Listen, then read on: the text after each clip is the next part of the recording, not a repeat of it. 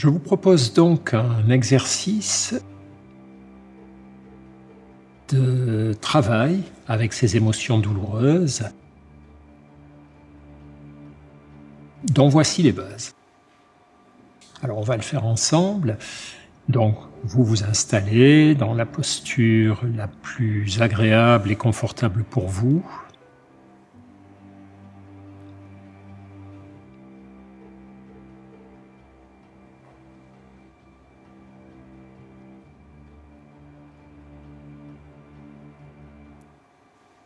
Mais en vous souvenant de garder le dos droit, de ne pas vous avachir contre un dossier.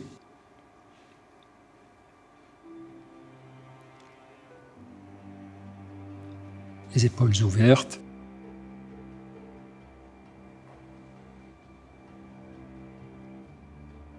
Et l'esprit ouvert également.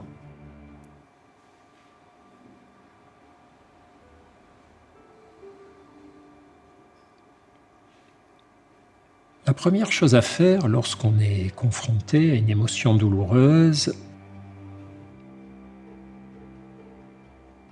et là encore, c'est différent de ce qu'on fait dans la relaxation, c'est d'accepter sa présence. En tout cas, si on en a l'énergie et si on en a le temps. Alors vous savez que parfois, je fais une petite parenthèse, dans nos stratégies spontanées de régulation des émotions, une émotion douloureuse, on préfère ne pas trop y penser.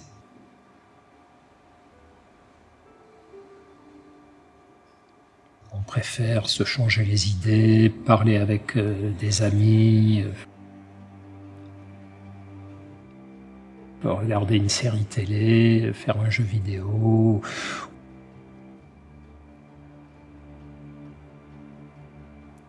Ou on préfère ne pas trop y penser en se lançant dans le travail, dans une activité. Pourquoi pas ? Parfois, ces stratégies qui consistent à tourner le dos à l'émotion douloureuse peuvent nous apporter un certain soulagement.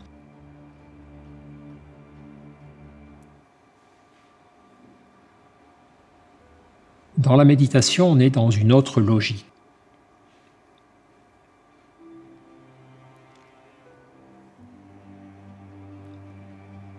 On est dans la logique de dire que finalement, tôt ou tard, il faudra bien y passer.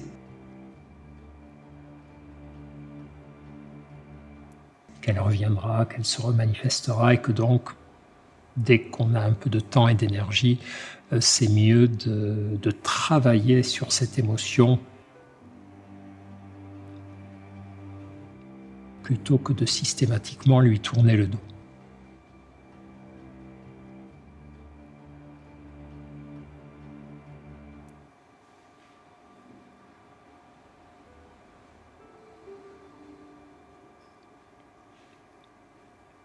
Donc travailler sur l'émotion, c'est accepter de l'accueillir, accepter de s'ouvrir à elle.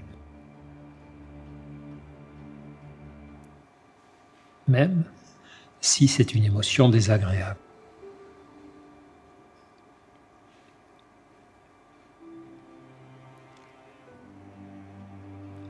Et s'ouvrir à une émotion désagréable, comme toujours, c'est lui permettre d'être là et observer l'expérience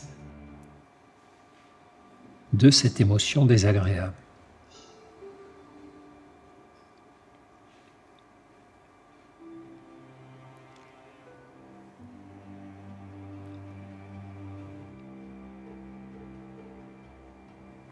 Donc vous savez maintenant en quoi ça consiste, observer son expérience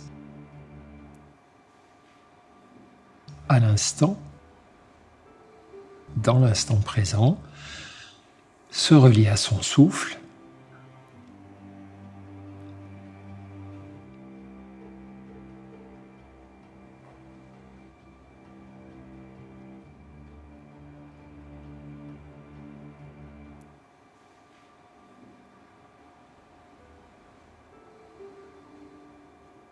se relier à son corps.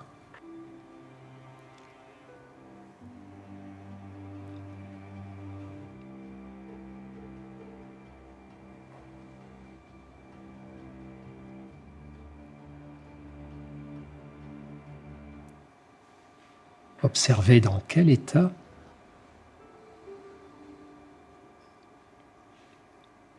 l'émotion met notre corps.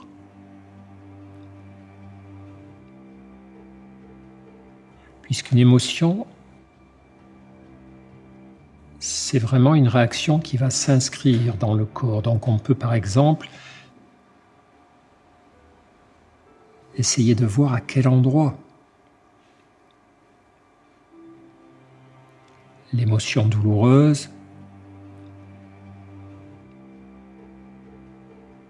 pèse, la tristesse qui pèse sur la poitrine, souvent l'angoisse qui noue un petit peu les tripes, les intestins.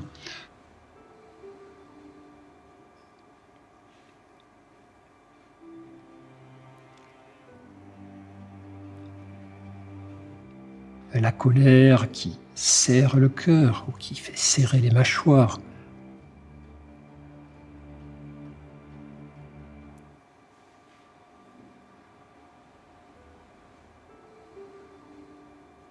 On prend son temps pour se promener dans son corps et observer un petit peu à quel endroit ou à quels endroits, s'il y en a plusieurs,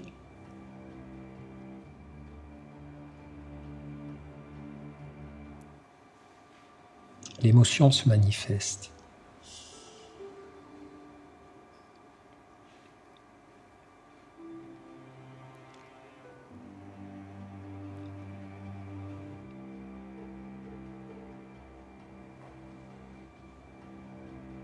On prend aussi le temps de voir quelles sont les pensées que l'émotion pousse devant elle, un petit peu comme le loup qui fait fuir les moutons, elle pousse des pensées devant elle.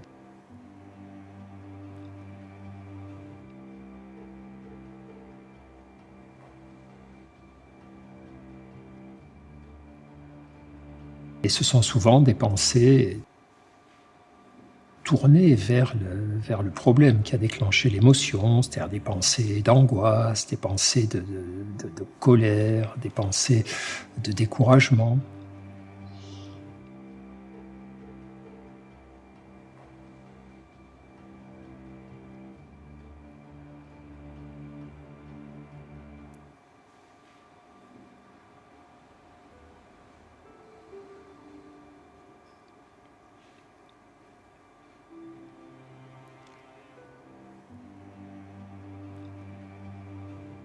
Et ces pensées elles-mêmes font naître des impulsions.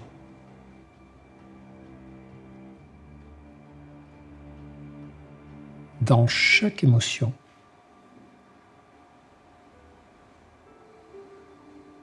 dans chaque ressenti émotionnel,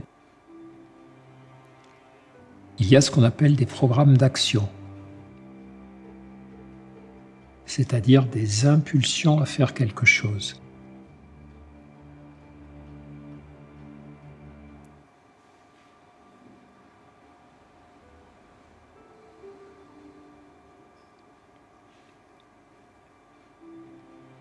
Dans l'angoisse, il y a l'impulsion soit à prendre la fuite, soit à accumuler les précautions, à essayer de redoubler de précautions.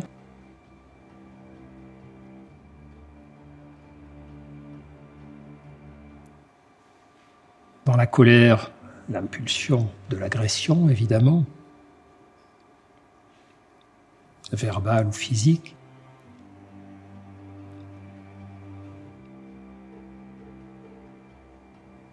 Dans la tristesse, l'impulsion du repli, de se recroqueviller, s'abandonner aux larmes,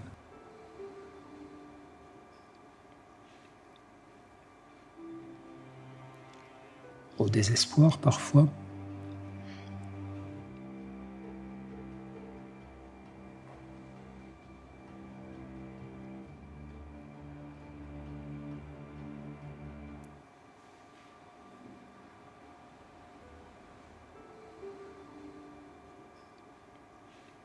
Donc, même si ça n'est pas très confortable, je prends le temps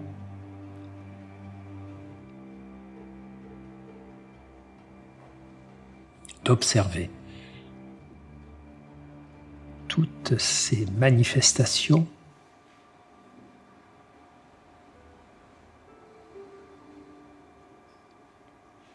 au travers desquelles l'émotion douloureuse s'exprime.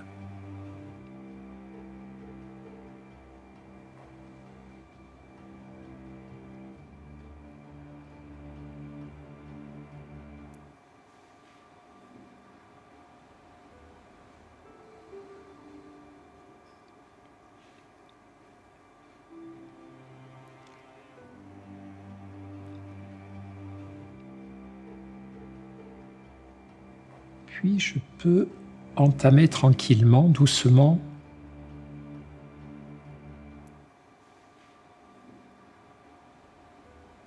un petit travail de pacification.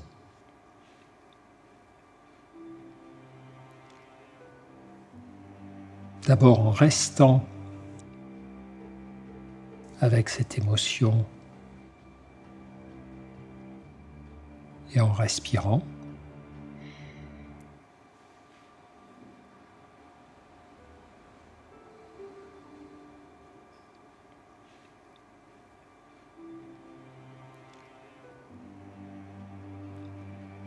Toujours cette sorte de baguette magique, de la respiration en pleine conscience.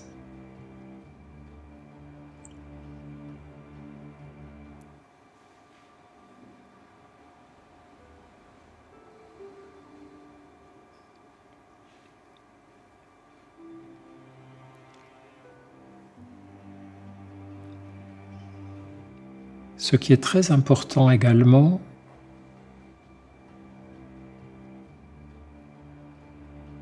c'est de nommer dans ma tête, de parler dans ma tête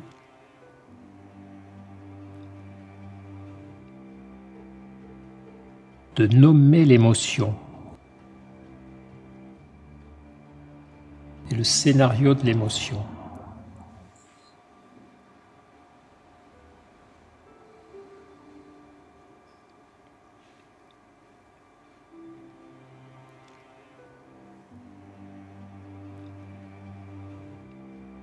De dire, voilà, là, je suis très inquiet, ou je suis très en colère, ou je me sens complètement découragé parce qu'il m'arrive cet événement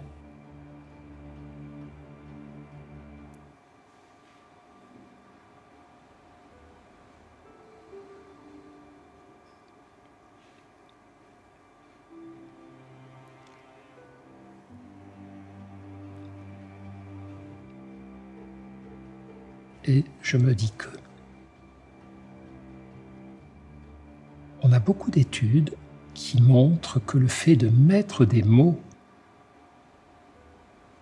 sur les émotions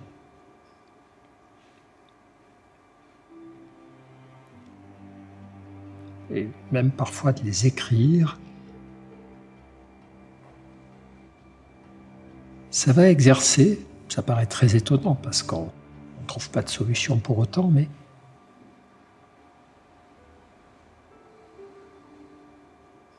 ça va exercer un effet pacificateur sur l'émotion.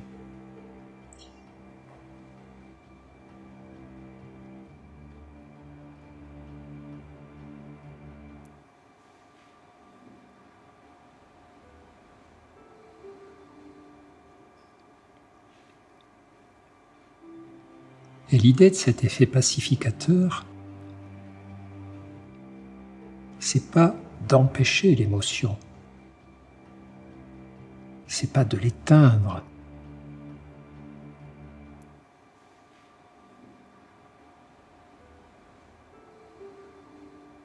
c'est de faire baisser son niveau pour y voir un peu plus clair, pour comprendre un petit peu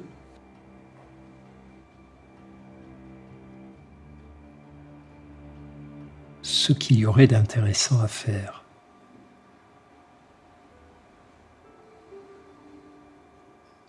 Donc on est là. On permet à l'inconfort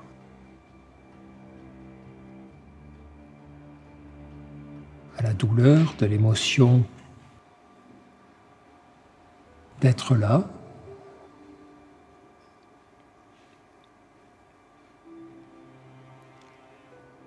Mais on est dans ce petit temps de recul, dans ce petit mouvement de recul propre à la méditation.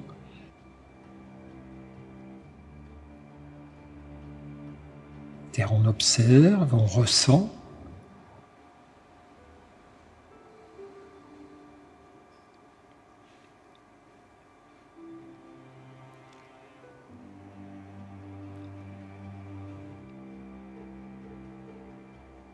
On met des mots sur ce qui nous arrive.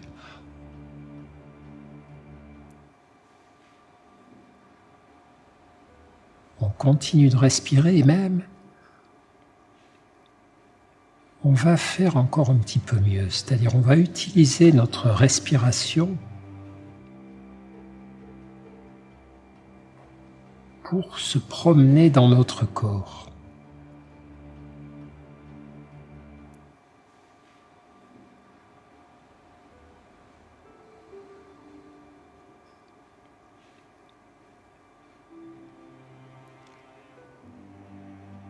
En prenant conscience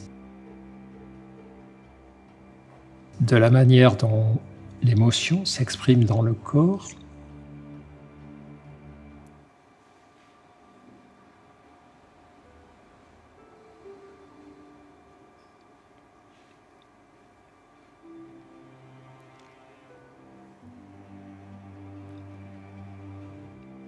on va repérer quelles sont les zones où ça chauffe un petit peu.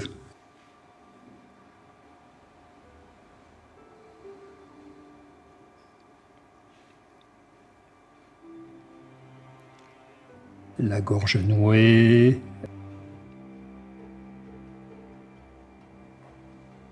la poitrine serrée, etc., etc.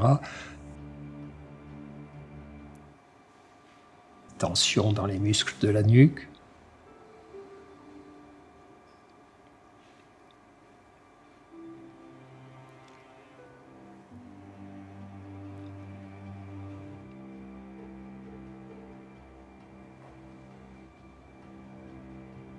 Et on va imaginer qu'à chaque fois qu'on inspire ou qu'on expire,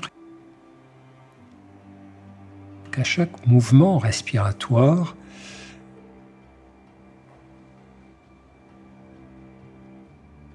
on amène notre souffle, on amène notre respiration dans la zone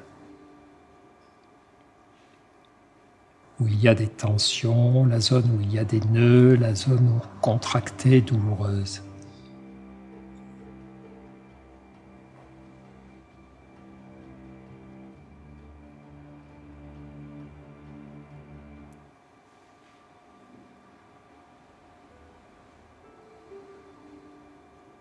Donc, c'est un petit travail de visualisation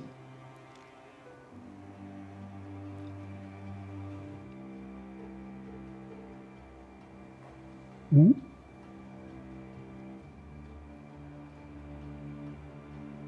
on se représente notre souffle comme circulant dans les zones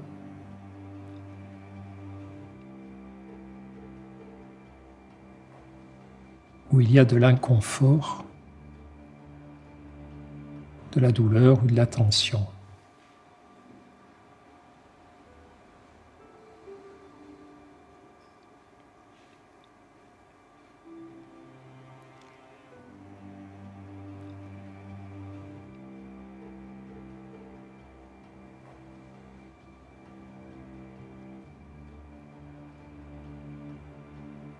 Un petit peu comme si on faisait un massage intérieur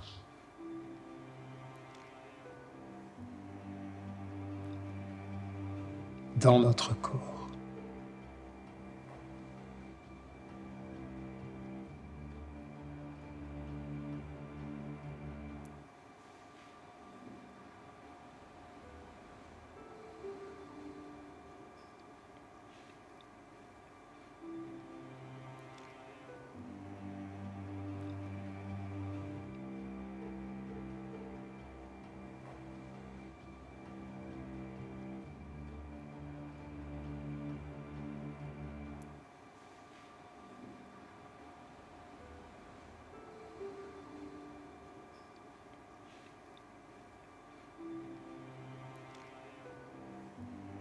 Et autant qu'on peut, on reste dans cette situation avec à la fois ce travail sur l'apaisement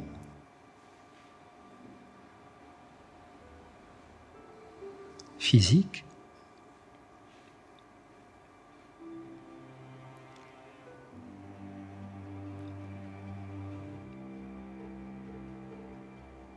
qui n'est pas la suppression de l'émotion, mais on la fait baisser d'un cran.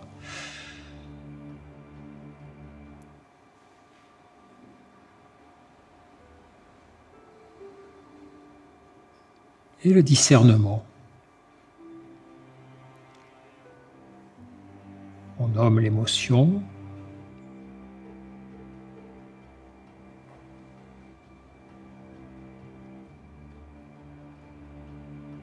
On regarde d'un peu plus près ce qui l'a déclenché, comment elle se manifeste, vers quoi elle nous pousse.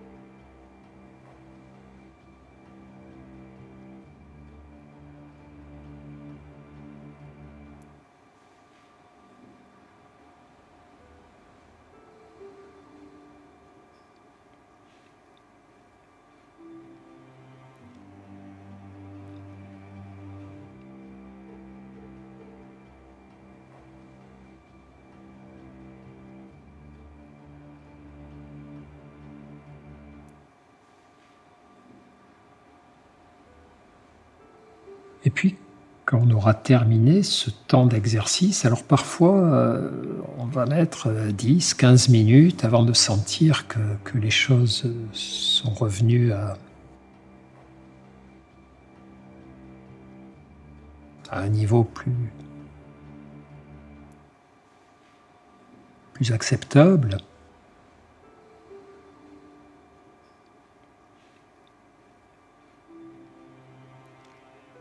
Parfois, ça peut aller plus rapidement, parfois on n'y arrive pas. C'est possible également.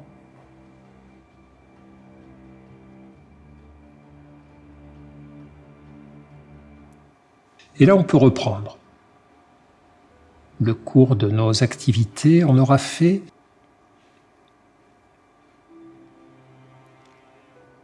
un petit travail de nettoyage, de mise à plat de l'expérience émotionnelle. Vous savez, c'est toujours le même principe.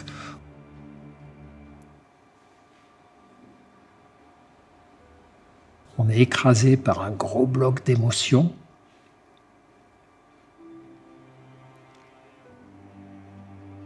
Et on le démonte dans ses différentes parties, les pensées, les réactions corporelles, les anticipations, les impulsions. On fait circuler notre respiration là-dedans pour nettoyer un petit peu. Et ça nous permet quand même de voir les choses de manière un peu plus claire et un peu plus apaisée.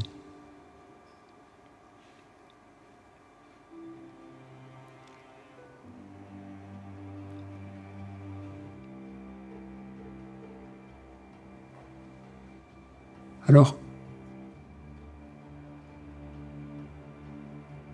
ce travail assez simple, une fois de plus avec les émotions, mais il suffit d'y songer et puis de se décider à le faire. Ce travail, il est très important pour nous.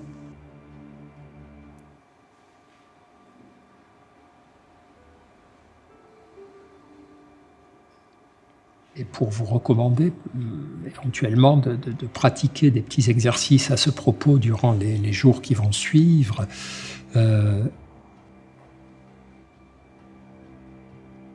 Plus on commence tôt, plus on prête attention à nos émotions douloureuses, mieux ça marche. C'est une émotion, c'est un petit peu comme une petite charrette ou un petit véhicule dans une pente qui prend de plus en plus d'élan et qui va de plus en plus vite. Si on l'arrête au début, c'est bon, comme une boule de neige qui, dans le cas d'une avalanche, qui descend une pente enneigée.